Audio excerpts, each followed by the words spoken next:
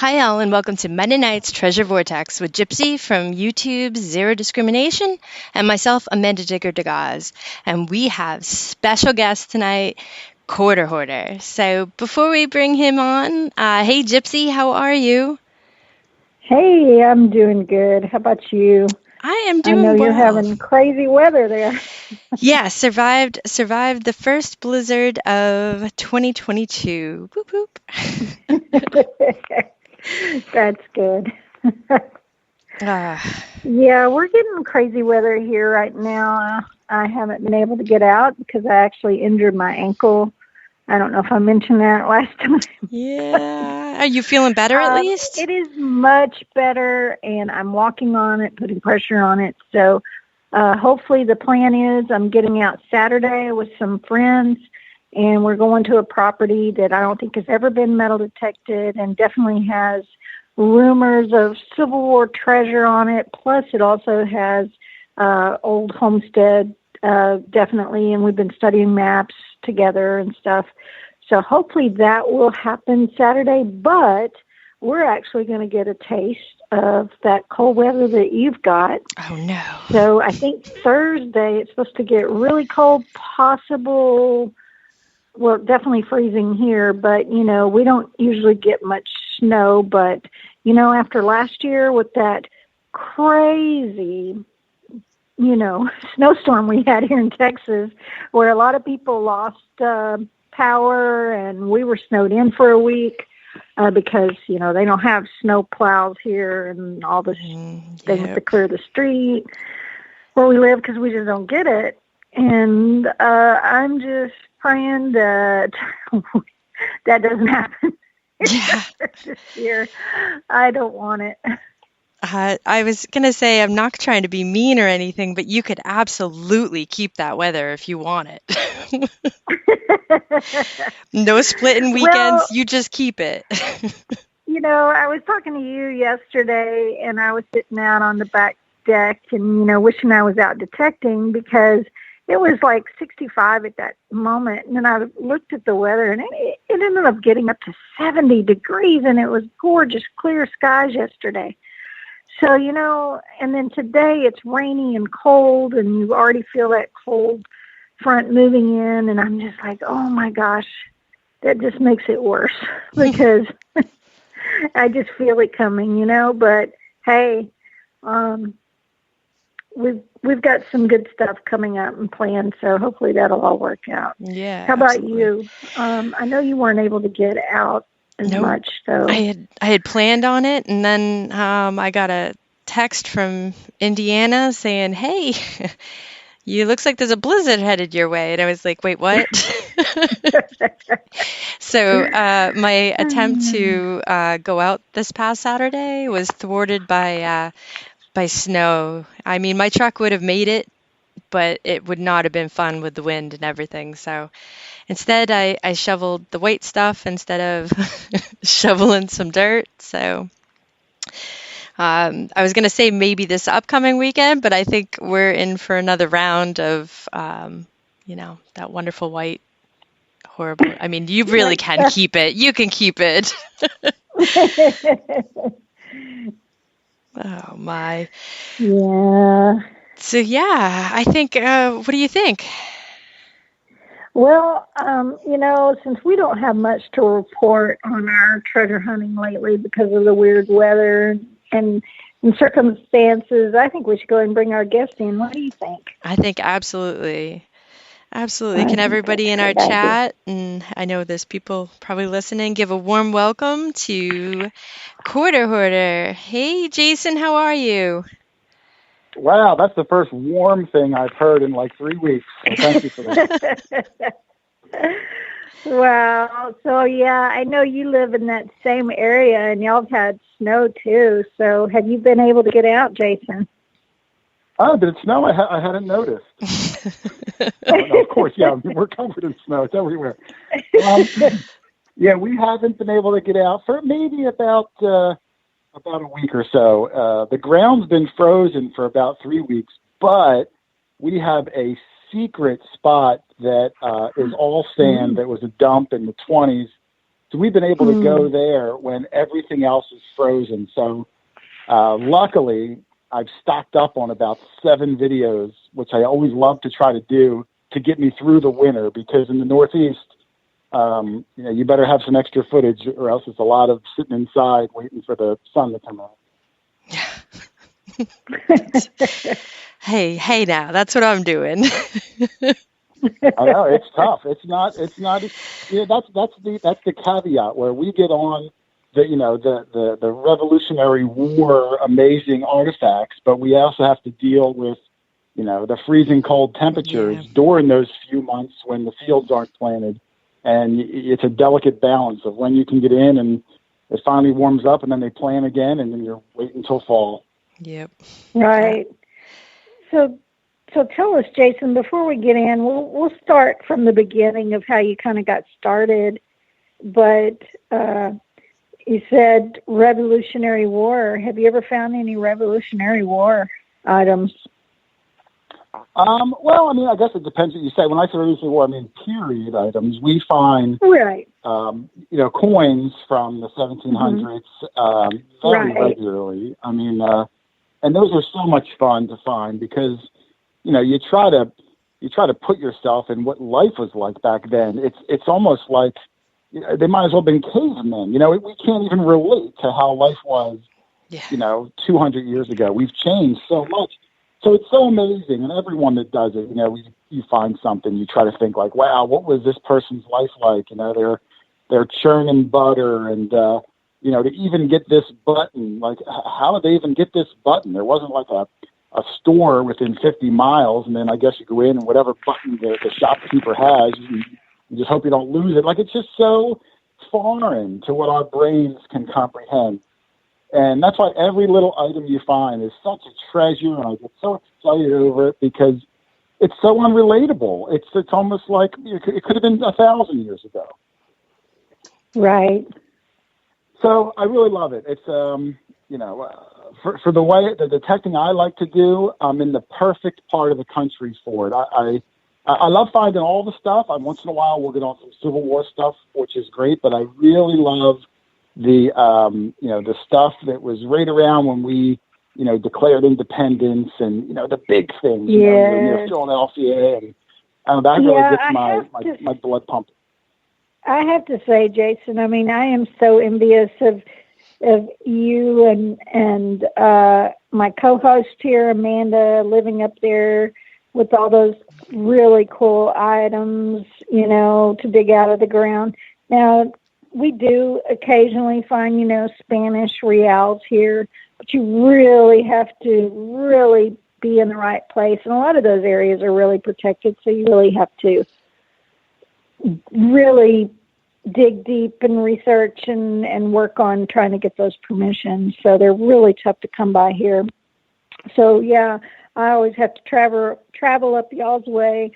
And I know you've been inviting me that way for so long, and someday I'm going to make it. One day you'll get up there. The things aren't going anywhere. They're still in the ground, and they're not going nowhere, so no rush. But wherever you live in the country, and I tell people this all the time, there's going to be incredible, amazing things. They might not be the exact amazing things we find, but like you said, you get on some Civil War stuff, I heard you saying, and we very rarely get that. There just wasn't Civil War activity in New Jersey. Right, not as much that direction. So true. So I've never got a 3-ring bullet, which is a pretty common thing, once you start getting more down south. I've never found one. I've always wanted to. And some of the buttons, that are Civil War period buttons, we just don't get them. So every region of the country has their own amazing history.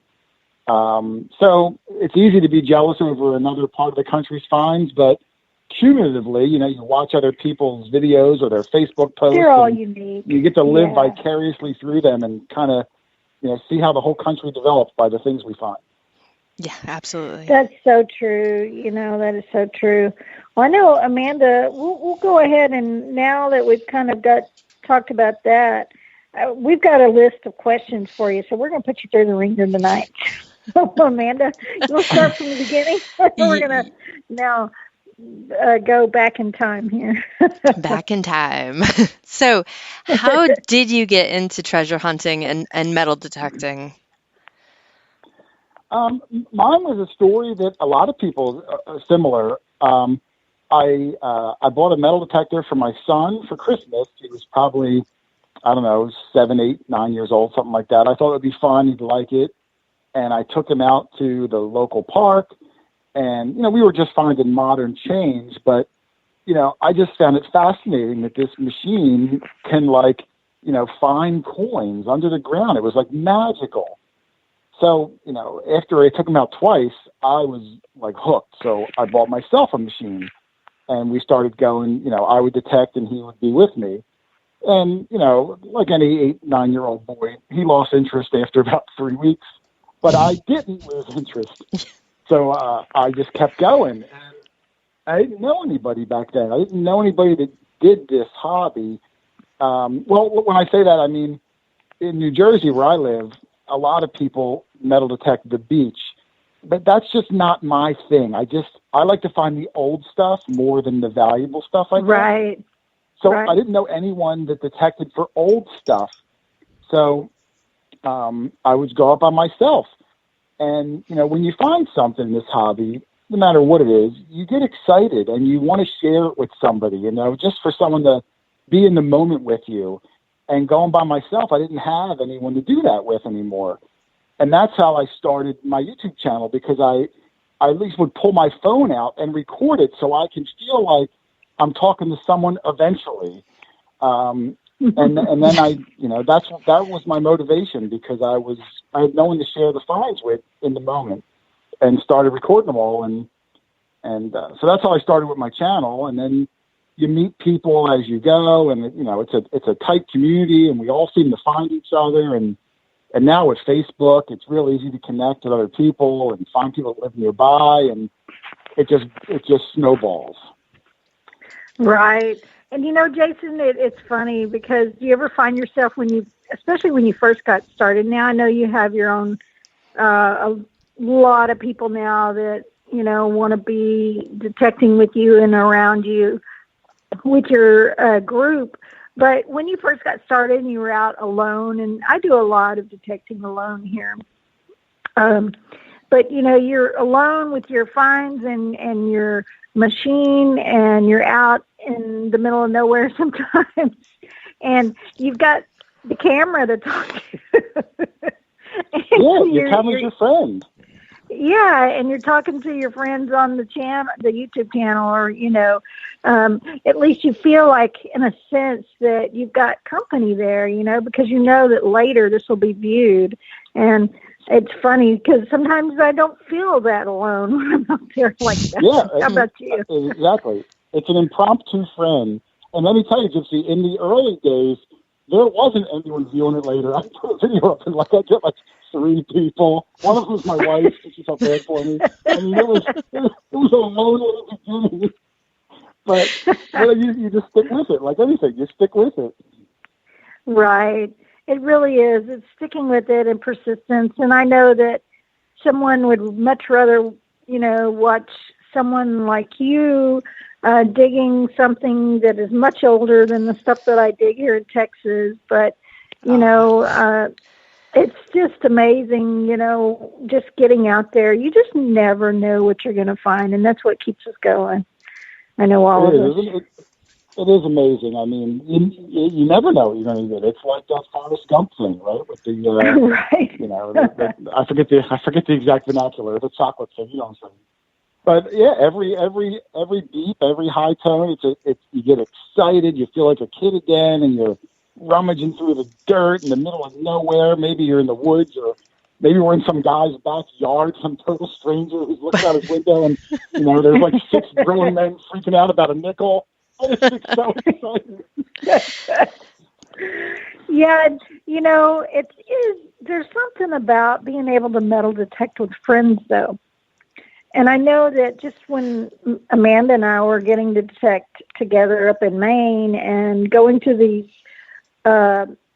big hunts, like last time we saw you, Jason, being there amongst friends and getting to share and the enjoyment of what they dig and what you dig, and being able to share that moment. There's something special about that. Oh, yeah, because not everybody gets it. Like, not everybody, like a lot of the homeowners we go to, they'll want to see what we found, and we show them this pile of dirty coins and broken padlocks, and they don't care. They think they almost think we're fools. But that's why when you find someone else that shares this passion, they get it, and you want to show other people because you know that person's going to be excited for you, at least in that moment. And so true. Yeah, I don't know if I could go back to digging by myself anymore. I'm so used to having a group, and when anyone finds anything, everybody converges, and you're all there together, and you're talking over each other, and you're trying to figure out what it is, and then it's something cool, and everybody outbursts at the same time, and it's so exciting. I really love it. All these years later, I mean, even if it's a wheat penny, I still love it. It still chills me to the bones.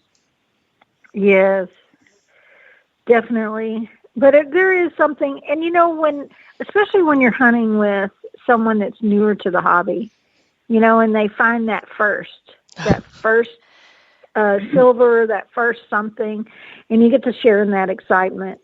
I know that Amanda got to see me sharing that excitement when I dug my first mule fur. Ox knob. My first ox knob too.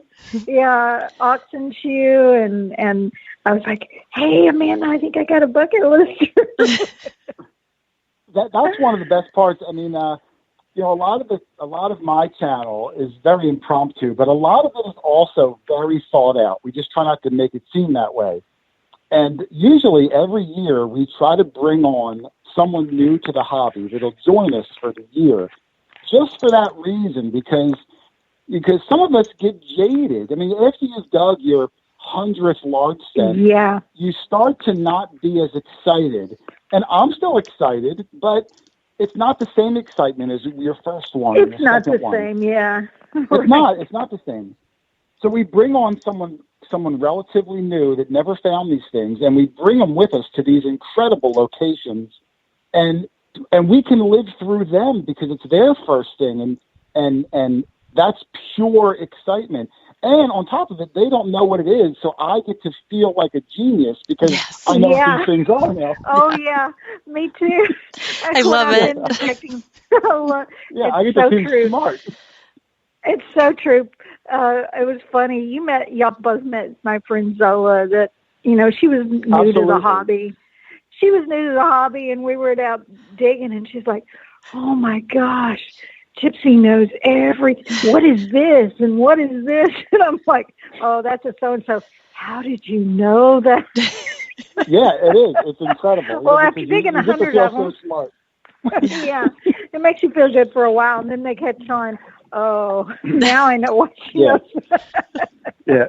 And then once the new guy we bring starts knowing what everything is, then we pick up another new guy. Then you're right. You're out. Time for another new one. Exactly. You're not new enough. Well, Jason, so tell us, when you first got started and you were talking about the detector you had, what about when you really got serious and let's say you started sharing your what you were out digging and finding? What detector did you start out with, and what detector were, are you using now, and how did that all, evolve? Yeah, well, like I said, my son's, I bought him, was a Garrett Ace 250.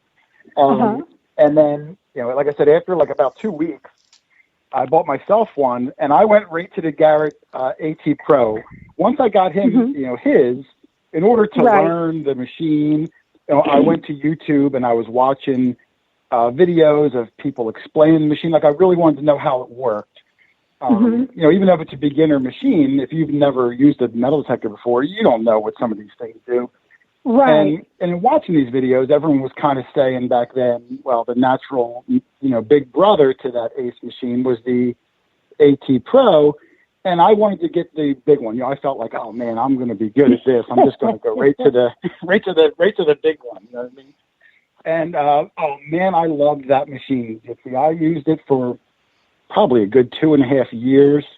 I brought it everywhere. I dropped it. I accidentally kicked it. It fell out of my car once. It fell out of a tree once. And it always worked. Never gave me a problem. Loved it. And, I used it for years, and I would still use it. I just, at this point, I like to try different things just so I can sample different machines. It's good to try different. Yeah, because you want to know what's out there. Like when you find your passion in life, whatever it is, whether you like bowling, you might want to pick up bowling balls from all different companies because you're super into bowling and you want to experience all the different balls. That was a terrible analogy. You know what I'm saying. Right.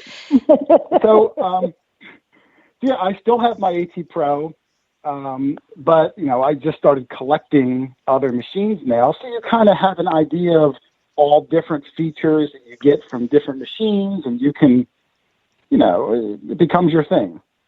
But yeah, the AT Pro was my go-to machine. Loved it. And then I picked up Jason, a bunch of different ones.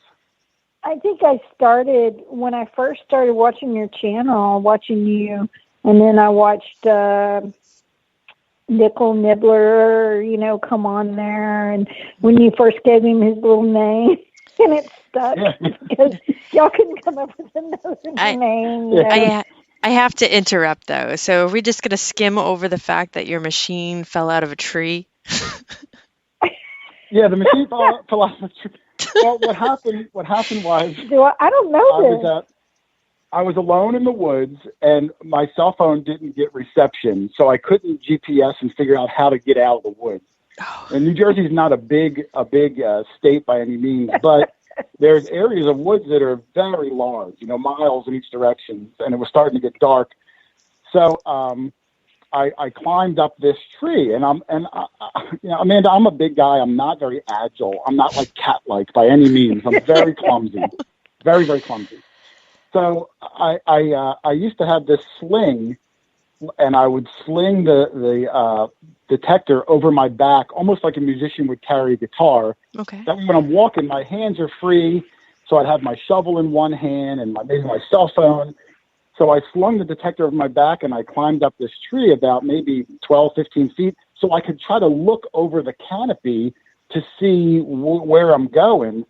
And the strap must have hit a branch, and it broke, and the AT Pro fell about 15 feet and, landed on the ground. And I was like, oh, man, it was a lot of money. And, when I got down from the tree, it was perfectly fine. It didn't care. That thing can take a licking. And on top of it, I couldn't even see anything. I couldn't see. It was a terrible idea. I didn't know what I was doing. I'm not Swiss Family Robinson by any means. I didn't know what I was doing. Oh boy. Let's see. I know we've got several questions. You got one, Amanda? Yeah, so I know that you predominantly metal detect, but when you're in these fields and stuff, are you looking for like surface finds too? Like, do you do any arrowhead hunting or anything like that? I try to. We're in a lot of farm fields, in the winter, and most of them are near water. And I try to. Paul, one of my digging partners, PA Pirate Paul, is a big arrowheader, and so he started bringing me to some of his hot spots for arrowhead.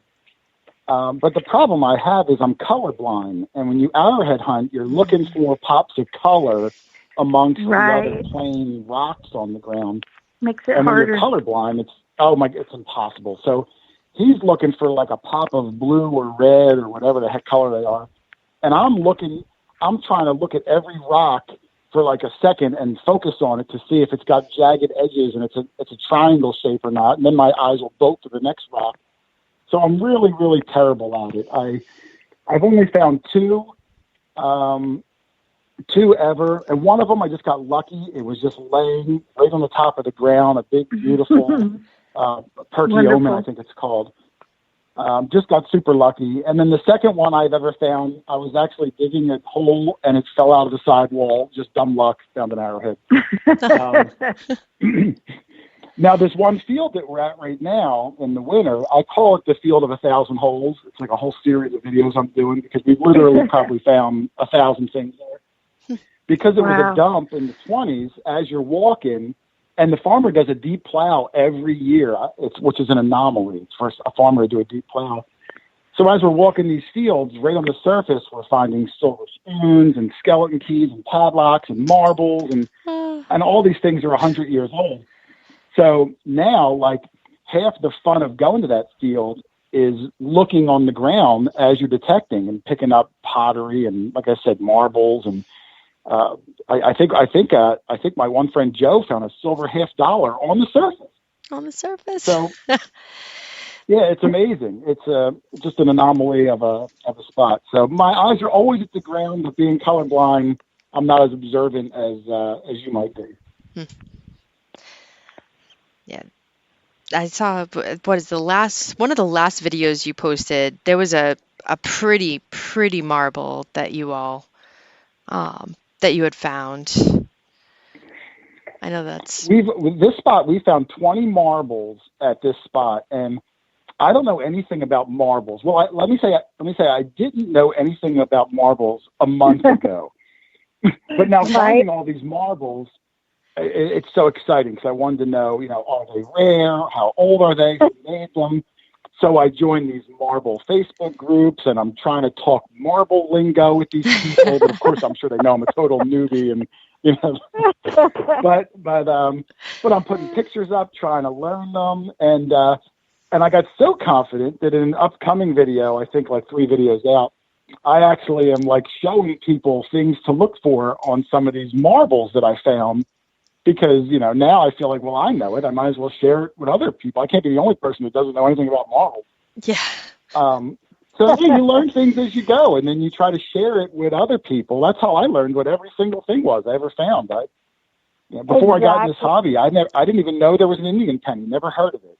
I mean, I might have heard of a buffalo nickel, but I never heard of it. I didn't know pennies were large. I didn't know none of this stuff. I never saw a mercury dime in my life.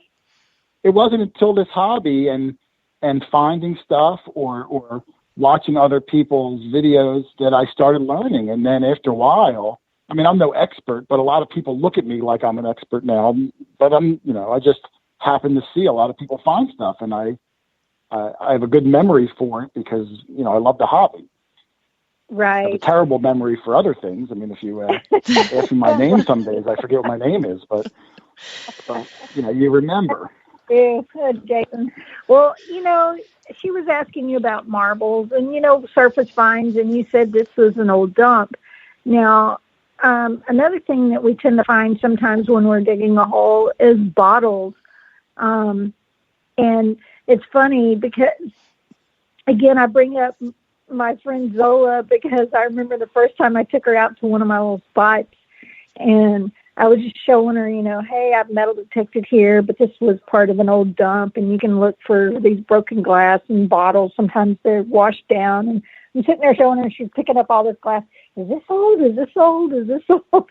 And now she knows more about bottles than I ever even want to know, and it's amazing. Bottles are fun. We find them sometimes too.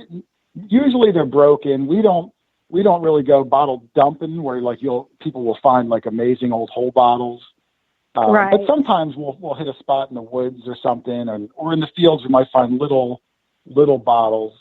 One of the I don't know anything about bottles. I would bring home any of them that were whole, especially if they had embossing on them, which might not be the oldest ones, but I just find them interesting because it might say like Dr. Schwegel's magic foot sauce. And I'm like, oh, foot sauce, what an awesome bottle that is. So I'll bring those home. But one of our permissions that we got last year, it was the house, it was a 1750s house, and the owner is like a 3rd-generation antiques dealer. And she gave me a tour of her whole house, which I did a whole video on. It looks like a museum. Her whole house is only old 1700s artifacts all through her house, the furniture. It's amazing. And we got along with her so well and she's such an expert on all this stuff. I mean, she used to write, she was an editor of an old antiques magazine. I mean, really knows her stuff. So now when we find like even an old broken piece of glass or pottery, I'll call her on the phone and send her a picture, and she'll get, she'll tell us exactly what it is. And it really helps you date a site if oh, this piece of pottery is, 1700, so this piece is 1920. If you don't know pottery, you don't know. So, that's an awesome resource, this woman, and I'm so glad that we met her and got along. That's awesome. Yeah, her house, I saw that video. That was pretty epic. She has all the little finds on incredible. Yeah, so cool. She was super cool. And her son, Rich, joined us when we detected the yard, and now he's a regular part of the crew now. He still goes out with us. Great guy, real enthusiastic, and living in that crazy house of antiques, he's always must have had that fascination and appreciation for, these old finds. So, this hobby was a perfect fit for him.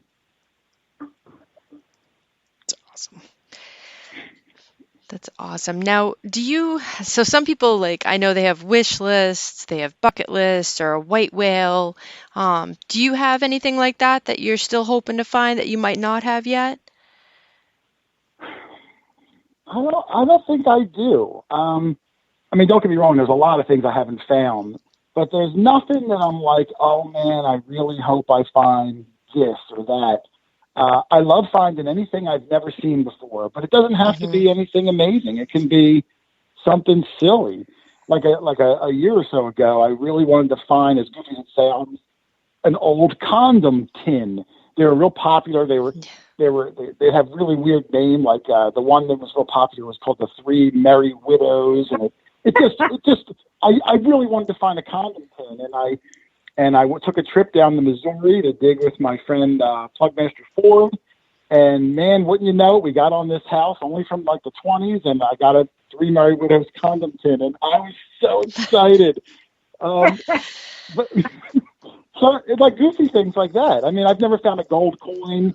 I'm sure, would I love to find a gold coin? Absolutely. But it's not like I'm like praying, oh, this is the year.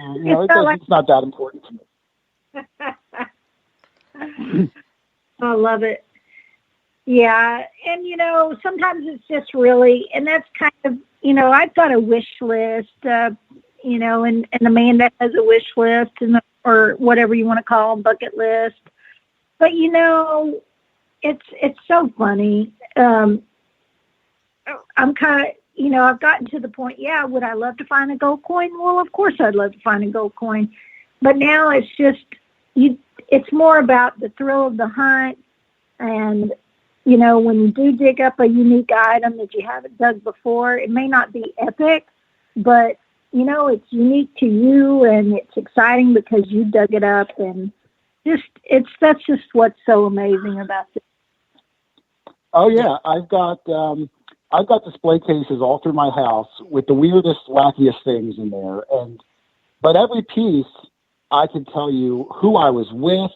I can tell you, where we, what the homeowner's name was, and it just sparks all these memories, and it makes you feel good.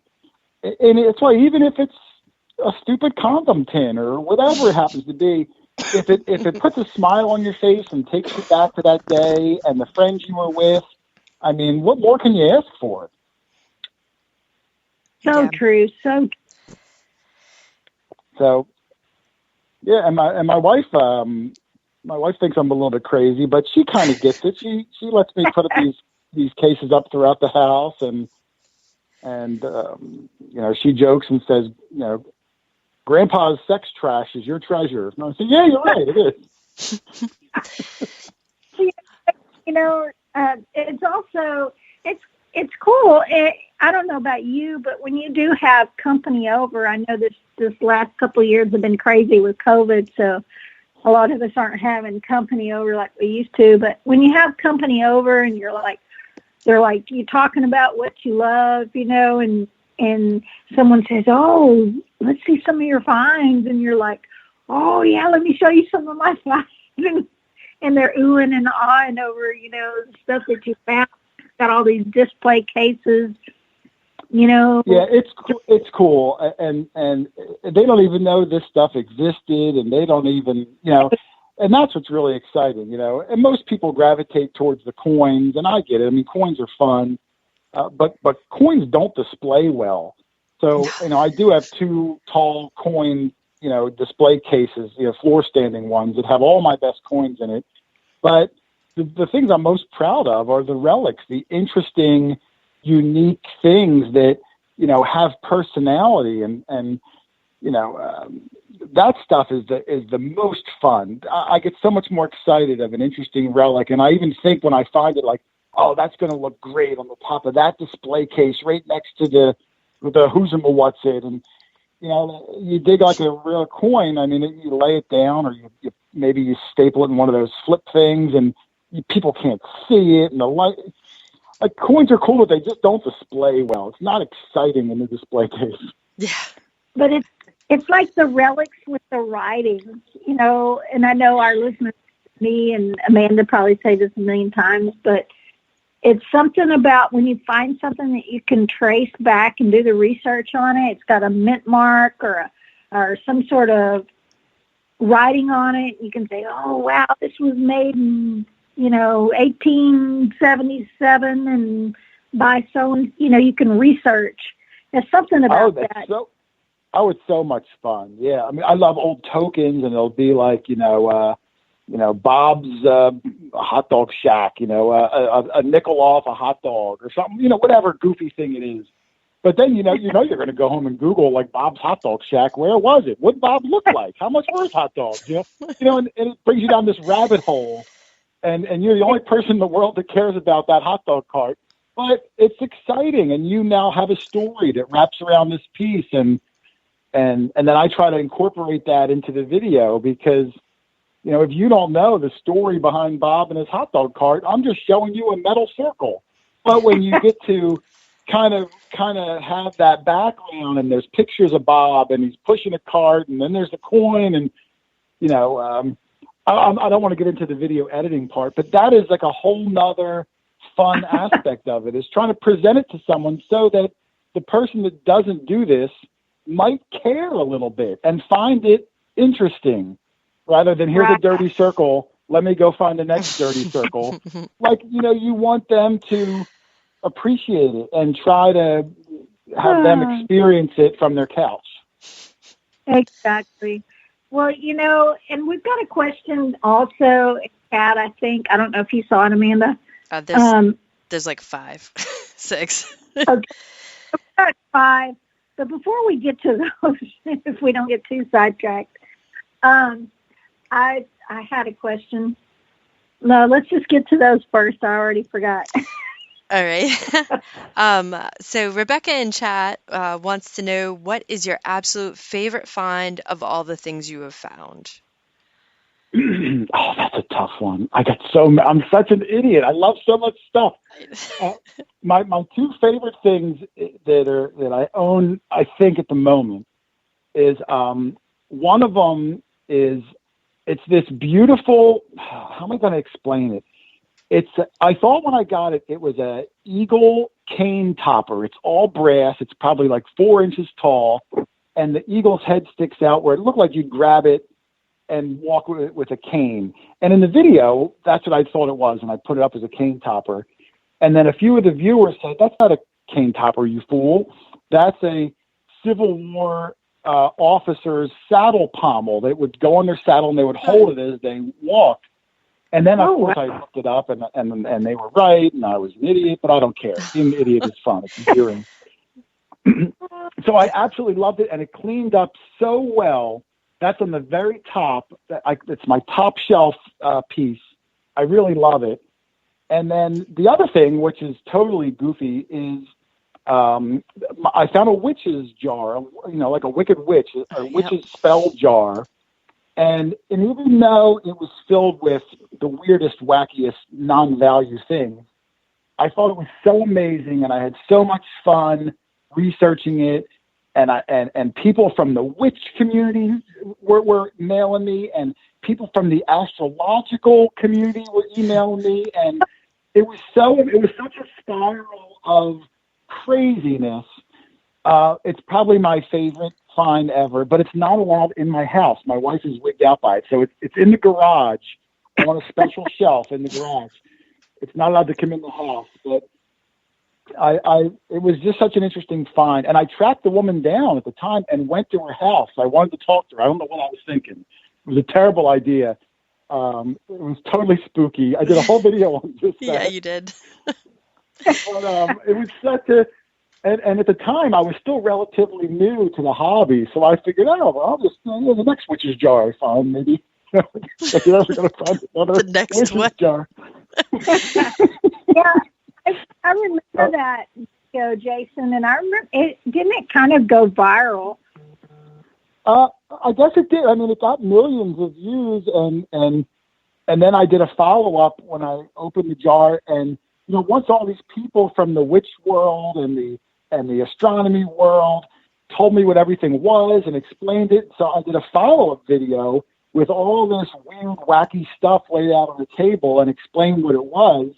And then that video got like 1 million views or something close to it. So, it did do really well, but even if it didn't, I found the find itself and all the hoopla that came with that find to just be so exciting and so rewarding, even though, most people would look at the contents and say, well, it's just junk and someone emptied their dresser drawer in there. But every piece was thought out, and it meant something specific to that woman, and she did it for good purposes. It wasn't like she was an evil witch. Everything was done to take this princess who died, to take her soul and bring it to the afterlife, to bring it to heaven. So it was done in such a thoughtful way to this person, even though it didn't make any sense to me at the time. I kind of got an appreciation for at least what she was trying to do, even if I don't really understand that whole religion or whatever you call it. Right. And Amanda and I, one of our questions usually is on here, what is one of the creepiest things you found? And I guess that kind of fits in that category. But now, the creepiest thing I ever found was my digging partner, Paul. I'm only saying that because Paul's supposed to be in the chat, but I don't know if he ever hits it. No, of course, the witch jar. Yeah. So the next question up is Bill in chat would like to know how many how many harmonica reeds have you dug over the years, and out of those, which we find, how many were complete? Well, I don't know the exact number, but I will say about a year ago, I started categorizing all of my weird finds, like finds that might not make the display case, but I just can't throw them away. So I have all of these drawers, and each one's labeled, and it'll say like let's say it'll say harmonica reed, and the next one will say like squeeze box reed, the next one might say D buckles or whatever. And I clean them and I throw them all in there. Who knows what I'm going to do with them one day.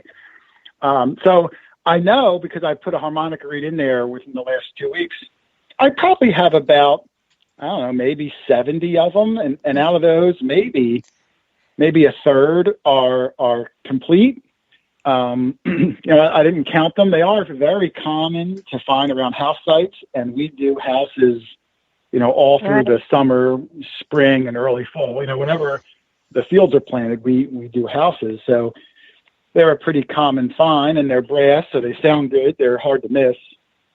And if it didn't get hit by a mower or something, usually they're complete. And when he says harmonica reed, I'm assuming he means the reed plate, the long plate. Yeah, right. When the actual reeds, which are the teeny little metal things that would vibrate, when one of them broke, they would take the whole reed plate out and just chuck it and put a new reed plate in. So it's not like they broke them, the plate itself. They would just chuck it and it's just laying there.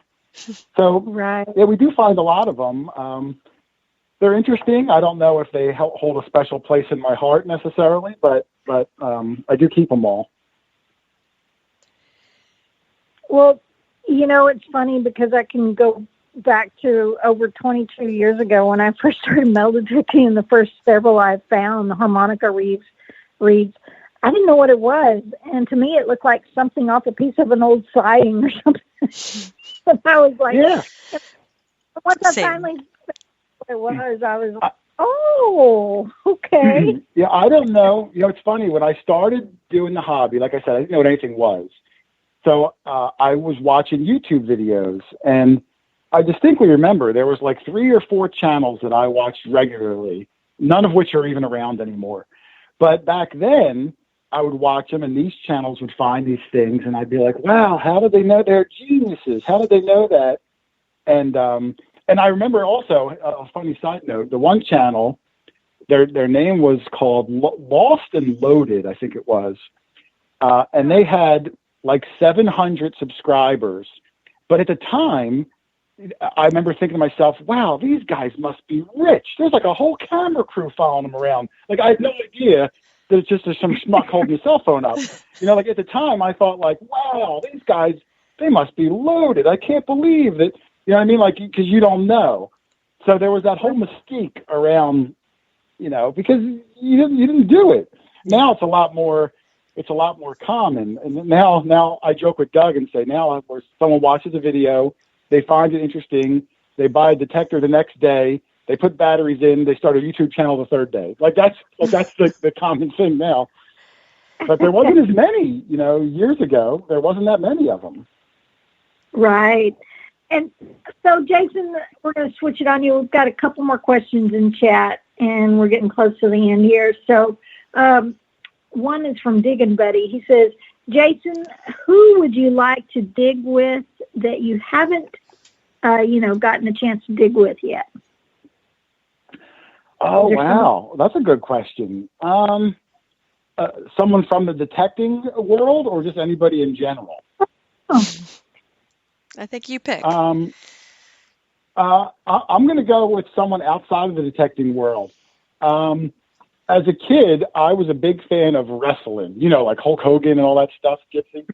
Yeah. And even though I don't watch it anymore, I'm still enamored by the guys that wrestled 30 years ago when I was a kid, like what they're doing today. So I kind of follow a lot of them on Facebook, and they don't know who I am, but I'm just really curious, like what life is like 30 years after wrestling. And I reached out to a few of them and had some banter back and forth. I would love to like get together with like an old school wrestler that I, as a kid, I just thought was like Superman, because now they're more obtainable, and be like, yeah, why don't you come on out and we'll do this thing together. So awesome. I haven't had the nerve yet, but I think I would love that, because it would make me feel like a little kid again, even though he's like, let's just say well past their prime. It would make me feel cool, because those are my heroes when I was, 10, 12 years old. Oh, that's great. That's great. You're sharing the best of both worlds type of thing. Hey, come check out my hobby. Yeah, awesome. Yeah. And I would be a total fanboy, with these old school wrestlers. I would. I'd be like, oh, let me get a picture. Gosh, you're telling your age too when you say Hulk Hogan. Well, that people relate to him. Like, I knew all the obscure guys, like the guys that would get whacked in the head with a chair 19 times to make $15 at a VFW. Those guys are crazy, but they loved it. That was their thing. And I knew all of them, and I used to buy the magazines and the whole rigmarole. I don't know. I just always found it so fascinating, that carny lifestyle that they lived. Right. Well, we've got several other questions in chat. Do you see one, Amanda? I didn't. I do have one, though. So will you be at any upcoming events? Well, I'm sure I will be. I don't have any on the immediate horizon. There's a couple coming up I would have loved to have gone to. I know there's a big one in Florida. It just clashed with some family things I'm doing at the same time. There's one called Dirt Digging PA that Wendy Davis puts on, which is an amazing one, very well paced. But again, I just can't make that one. So I don't know. I really love going to them. I love meeting other diggers from around the world, and it's fun and exciting. But it's tough. I'm married. I got kids. I got a job, and it's tough to travel across the country. For 4 days. I miss my family. Yeah. I got to coordinate it with all the guys because when I go, I bring Doug and Paul and Charlie, and it's a whole big thing. So we'll see. I don't have anything on the horizon yet. Fantastic. I did end up seeing one in chat. Andy from Lost Boys Recovery wanted to know, have you had any Heartbreaker finds? I guess the first one that jumps to my mind is I found a half real a couple of years ago, and I chopped it in half with my shovel when I was digging. And I remember. When I found it, I found what I thought was a cut real because I found half of it, and I was all excited. Oh, it was my first ever cut real. And then I rechecked the hole and found the other half, and then I looked at it and I was like, oh, this is a fresh cut real. And I was bummed that I cut that stupid thing in half, but I have a display case now of just my real, and it's my favorite one because there was a story behind it, that I ruined it, but I found both halves, and it's there, and there's a story. But there's a story that was my. If I didn't find the other half, to this day, I would still think it's my first ever cut real, but I cut it, so I don't know if that counts. Oh, ouch! That's terrible. Yeah, I watched that episode. I remember that episode. I can will say, when later that same house, I also found a trine, and I didn't cut that one in half, so I kind of redeemed myself, which was nice because all the guys were giving me all sorts of slack because I chopped this real in half. But then when you find a trine, you make up for it. You earn some respect stuff. That's great. Oh boy. Well, we're getting towards the end, and I think we have a few more questions in chat, but also before we get to the end here, I know that, let's see, let me go back. I know that Nugget Brain Wayne said, hey, invite him to the Watch Rendezvous hunt. I think that's in September, and that will take place in Arizona this year, not in Colorado. I went to it in Colorado, had a blast. Wayne can come up with some amazing hunts. It's amazing. But this will be like, I think the one coming up will be like a mix of natural hunts along with some seeded hunts. So you can check that out on Facebook. Watch WWAT or WATTS and hunt in September. And then I think he's got his email for information in chat. Also, all of our listeners, unfortunately, we're getting close to the end here, but you can go check out Quarter Hoarder's, Jason's website. I mean, not website, sorry, YouTube channel. He has an amazing YouTube channel, lots of fun to watch, and very entertaining, as well as some amazing finds because of where he lives. But before we close, we kind of warned him on these questions, but real quickly, before we get to that, I forgot to mention at the beginning, I know Amanda told me to mention it, but I will be on the History Channel tomorrow night. It will air for the first time. On the History Channel, we are looking for a $1 billion treasure in an old Spanish gold mine in Utah. and we get to go down in this mine. And they actually, to get down there, they put us on like they strap us in this little thing and use a crane thing to kind of lower us down in there until we grab onto the ladder. It was very creepy, very scary, but it was a great experience. So y'all be sure and check that out tomorrow night. If you haven't watched the first episode of Beyond Oak Island that I was in, that was episode 3, you can go to the History Channel and watch it for the History Channel website and watch it for free on the History Channel website. That's season 2, episode 3, where we're searching for Sam Bass's loot, the old famous outlaw. And be sure and check that out if you haven't seen that yet before you move on to episode 5 that I'm in. And then after that, I'm not sure, I'll be announcing when the next episode, I'll be in one more episode after that. So y'all be sure and check that out tomorrow night when it airs. I think it's 9 p.m. Central and 10 p.m. Eastern.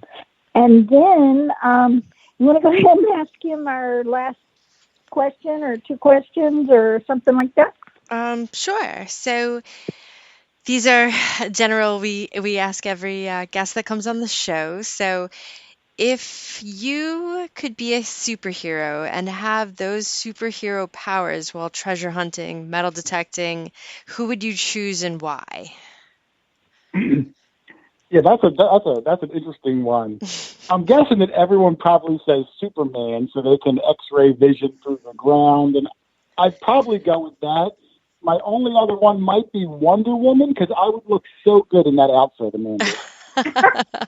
That would be amazing. We'll have to have a Halloween hunt, and everyone gets to pick their favorite superhero to come as. That was good. But I'll say Superman just to hold a little bit of mystery. Oh, my. Oh, so we have one more last question. I love that. That's a great answer, Jason. So if you could detect anywhere or treasure hunt anywhere in the world with no stipulations, no laws, any of that, where would you maybe go hunt? Oh, man. That's a tough one, too. It is. Anywhere. I love my area. See, I love the U.S. stuff. So even though the guys in England find, stuff that's thousands of years old, I don't relate to it as much. I like the U.S. stuff, or at least the stuff that was over here. And I find that when I see everyone's finds that they post, because I love the old stuff, it seems like the oldest, best stuff is found like in that Boston, Connecticut area where they get like pine tree shillings and stuff like that. I would love to detect down the center of the main street in Boston after they ripped up the old cobblestones and they're getting ready to pour down asphalt and have a shot at that stretch of road. And even if I don't find anything amazing, just the thoughts of, touching that ground, that I would jump on that before I detected the pyramids, I think. Wow. That's a great response. Yeah. The pine tree shilling and the oak tree and the elephant token, maybe. Yeah, you don't find them. I've never heard anyone find them in my area. And it's surprising. I mean, Philadelphia is just as old, but it seems like Massachusetts, Connecticut area, they really hit that stuff way more often than we do. So I'm a little jealous over those people. You never know. The people in your area just might be better at keeping secrets. They might, maybe they had better clothing than lose as much.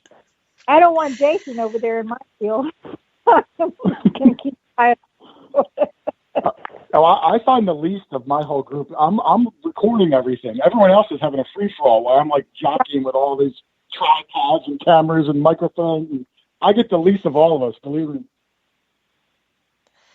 Oh, that's funny. That is so funny. Well, Jason, it has been a pleasure having you on tonight, and we're out of time. I know there's another podcast, I think, on after this, so we try to jump off here right on time so everybody can hop on over there. But thanks again, Jason, and hopefully we'll be seeing you at some upcoming hunts sometime this year, and if not, I'm hoping to get back up there sometime before too long to see Amanda, and maybe we can find a way to squeeze. I've got other friends that are in New Jersey that have been begging me to come. So, and Amanda, and maybe we can find some way to at least meet you there or meet somewhere in the middle. Well, you let me know. You guys are always welcome. Well, we appreciate it.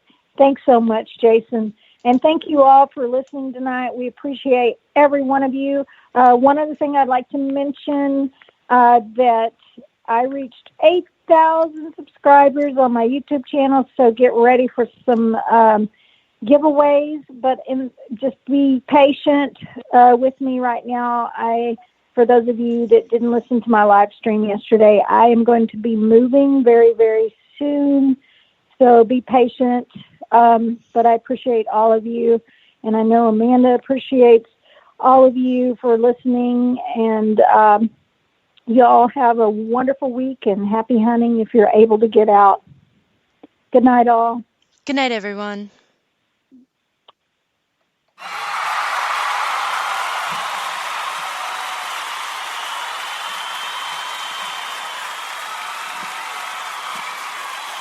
Mm-hmm.